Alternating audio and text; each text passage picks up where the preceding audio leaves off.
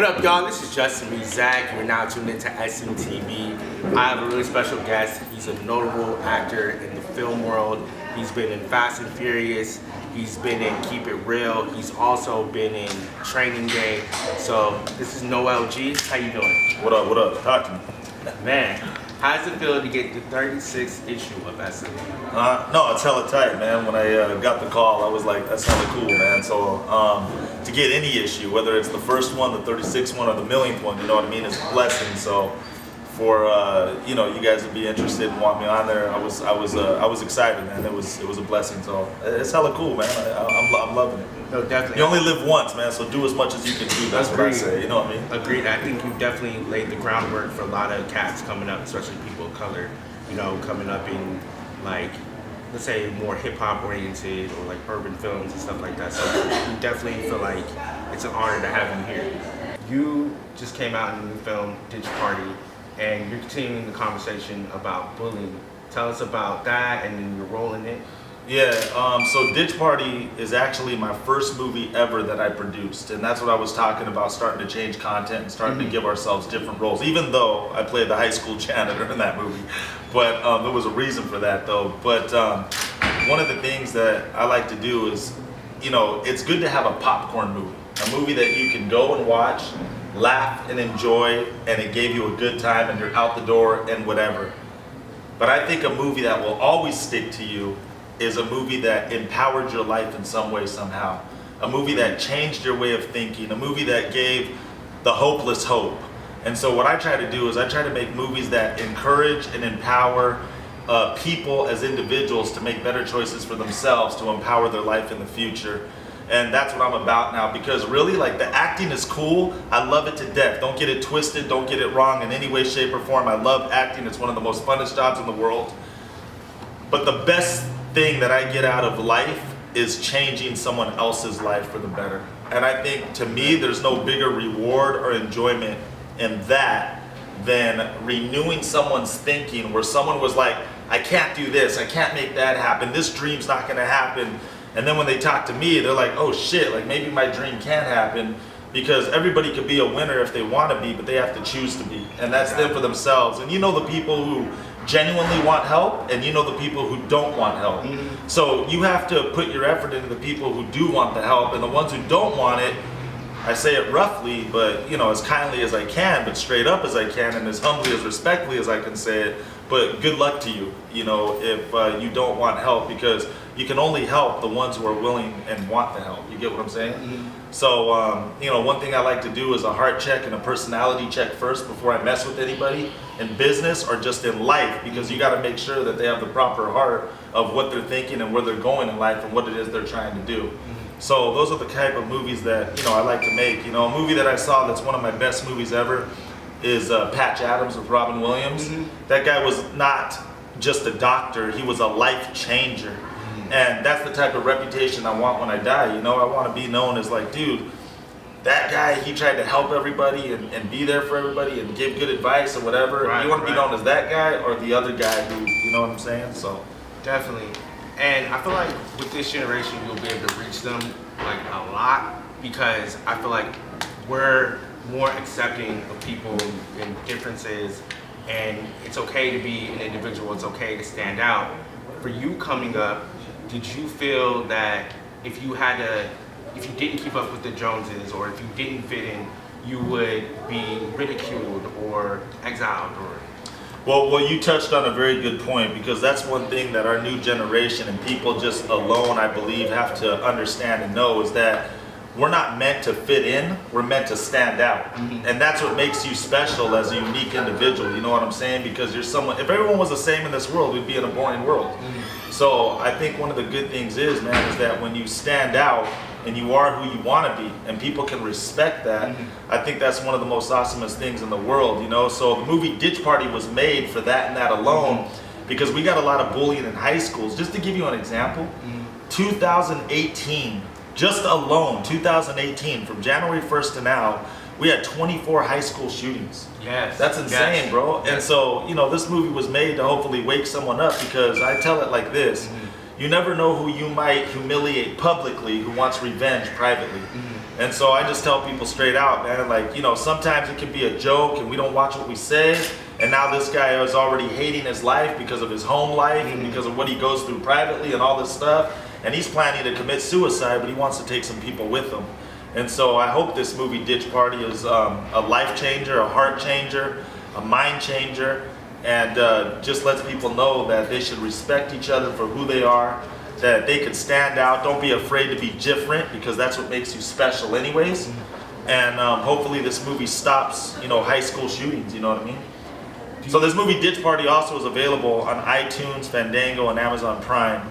But it's a good movie to watch, especially for you know, our young generation, because there's a lot of bullying out there, and not just in person. There's a lot of bullying out there just on the internet. That's why that was my next point. I was going to talk to you about that. Do you think, from the time you came up into now, do you think bullying has increased because of the internet? Oh, of course, 1,000,000,000%. Yeah, I mean, now because of the internet, you know, it's so much more easier to reach a mass variety of people than it is a less amount of people than when it was just in our schools. I feel like even when you put out content that you put your heart, soul, everything into, there's somebody right then there maybe watch a minute and be like, all right, this is whack. You know what I'm saying? It's not even just like bullying, like, okay, you're not cool and I'm cool and this and that. It's literally like, all right, your art is trash because I said so and because I'm a computer and I feel safe.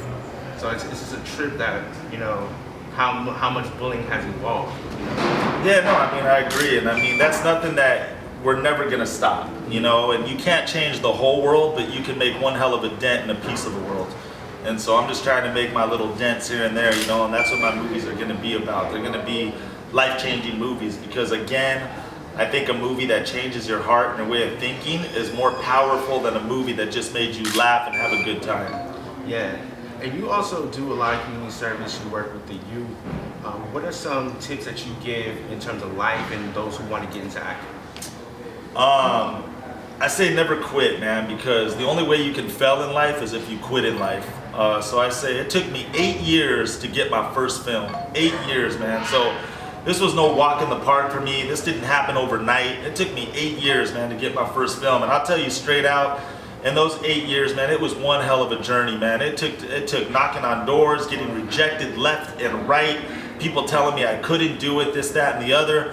But there's one thing you gotta know, man. You can't let people tell you who you are. You gotta know who you are. Exactly. And so I knew who I was. I knew I was an actor. I knew that I was gonna get a movie eventually, whether it took 8 years or 15 years.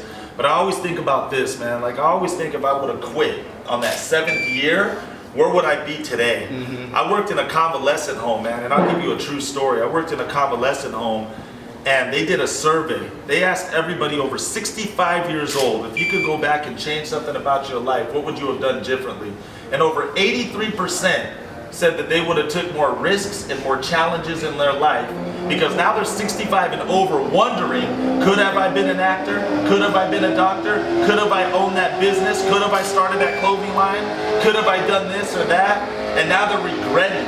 So I'd rather do everything that I know I have to do or can do to try to make it pop off. You know, so when I'm 65 and over, I can say, hell, like, I didn't make it, but I tried my hardest to, you know, and I did everything that I could have or should have done to at least, you know, been there, you know what I mean? I don't want to be questioning myself after 65 is my point. So I tell people right now, you only live once. Take all the risks, take all the challenges, keep on going and going and going, man, never quit.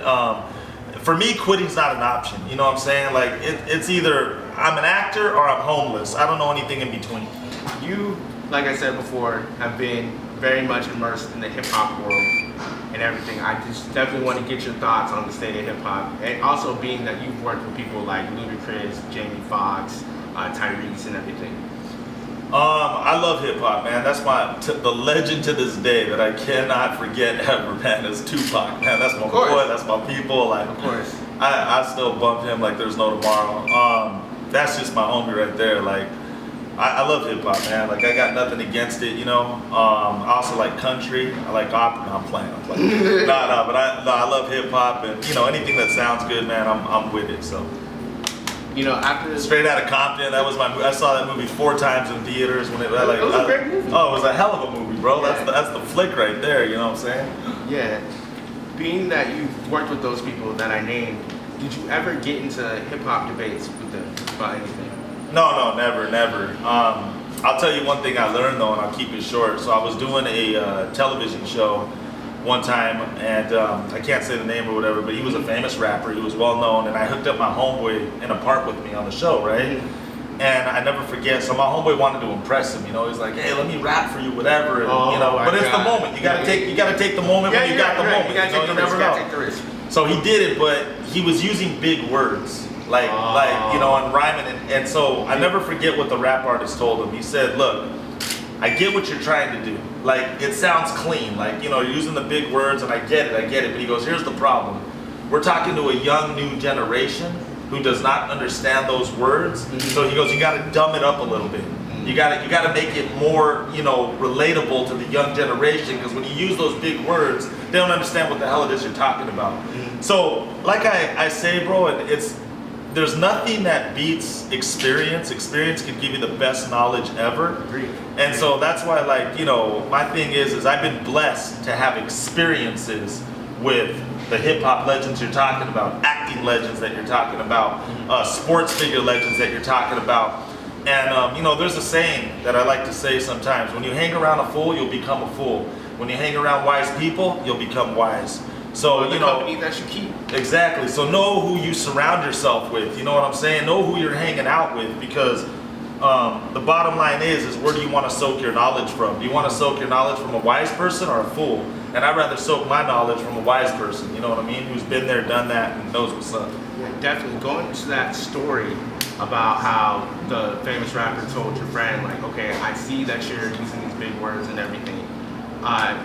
Lil Xan, in an interview, he went ahead and was asked about Tupac, and he was basically like, oh, that music's boring. And what? Yeah. I guess it's news to you. Talk a little bit about that, because I feel like you may, based on perception, might be viewed as more of like an old head, right? But you seem like you're open to newer people too. So let's kind of go ahead and talk about that, where you see things with the newer generation. Well, one thing that I think is important is I got a friend of mine, and he owns a packaging company. So he packages Energizer, Snapple, Pringles, and cornflakes, right? So I want to give you a story that he told me, and here's from a wise guy right here, just to drop some knowledge. He said, you know the reason why Tony the Tiger is on the box of cornflakes? The reason why Tony the Tiger is on the box of cornflakes is because it's an attractive looking box. It's a box that looks cool and it's attractive to kids. Branding. And so what he was doing is, the reason why he keeps the box like that is because you'll catch them when they're a kid, and they'll go eat the cereal just because of what the box looks like. But when they're an adult, they don't care what the box looks like. They're gonna go back to what they liked as a kid. So he was saying there's nothing better than catching someone in their young stage before they have the I know it all stage. And so my point is, man, is that I like to talk to the young generation, because we got to get them now while they're kids. Because if the generation keeps going the way that it's going, I see our world in a lot of trouble in the future. And there's also a documentary I was watching, Straight Up, Straight Out, where, you know, if you're easy to be controlled because you can't think for yourself, then that doesn't really make you intelligent.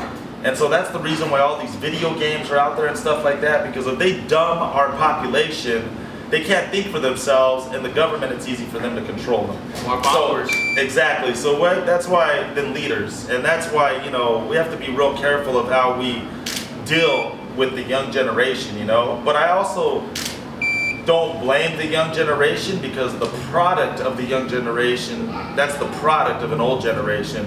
So one time I heard someone say this, and you know, I was in agreement with it. You can't sometimes blame the young generation, because they're a product of the old generation. And so sometimes we're losing it, maybe not teaching right. And I think you have some parents that are trying to be friends instead of parents. And I say that real respectfully. You got to know when to be a parent and when to be a friend, and you got to distinguish the two, and you got to know when to separate the two. Because a lot of parents now, they just want to be friends to their kids, and that's what's jacking them all up, in my opinion. So that's just my opinion. But do you think you should befriend your child in the later years, so like we're saying, like after 18? No, you should never befriend your child because that's your child. You love your child unconditionally. You know what I'm saying? Mm-hmm. All I'm saying is that you should know when to teach him as a parent and know when to be his friend when you can be the friend. You just got to know how to turn the two off. That's what I'm saying. No matter what age. No matter what age. I mean, but then again, there's people who are 20 years old who still think they're 15 years old. You know what I mean? So you just got to kind of flow with it. You know, that's kind of something that you can't answer because that just happens in between the individuals. Mm-hmm. Going back to music and everything, if I were to check on your phone or check what music you were bumping to on the way here, who was the artist and what was the song? Weren't we just listening to Snoop and Eminem on the way here and all day? All the classics. All day long, yeah. So that's what we were. We were pretty much on that page right there. Oh man, super dope. But coming to the close of this, what's next for you in terms of film or anything outside of film? So some of the things that are next, man, is that movie with George Lopez. That's called El Chicano. I got a movie coming out with Jason Mitchell, who played Eazy-E in Straight Outta Compton. So I got a flick coming out with him. Excited about that one. Got another movie coming out with Mel Gibson and Vince Vaughn. That's going to be a big one right there.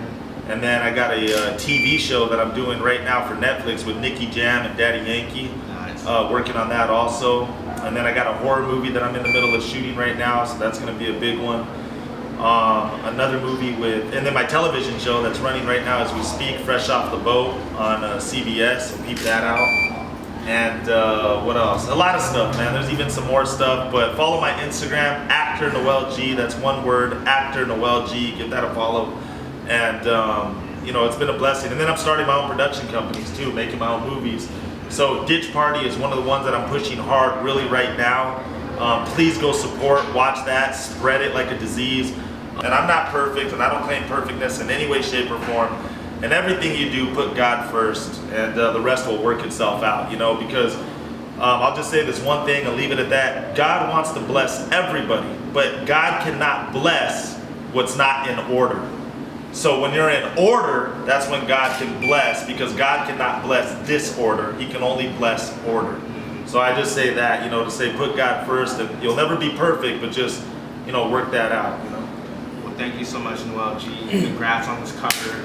Also, it's very well deserved. Spread so much knowledge and empowerment and everything. It's like, to me, this is like the most motivational interview I've ever had. So, cool, man. That's what's up. It means a lot. Yeah, thank you for blessing me with that, especially being of the newer generation of people who want to basically influence people and just go chase their dreams and everything. This was really powerful. No, that's what's up, man. That's love. And I appreciate your time, man. For real. I appreciate your time. No, having the heart that you do, man, the interview and stuff, because, without you, I can't do what I do. You know what I'm saying? And without people to interview, you get what I'm saying? So my point to you, man, is keep it up, man. Keep strong. Stay in the game, bro. And bigger things are going to happen for you, bro. Thank you. I appreciate it. Yeah. This is Justin Isaac, and this is SMTV.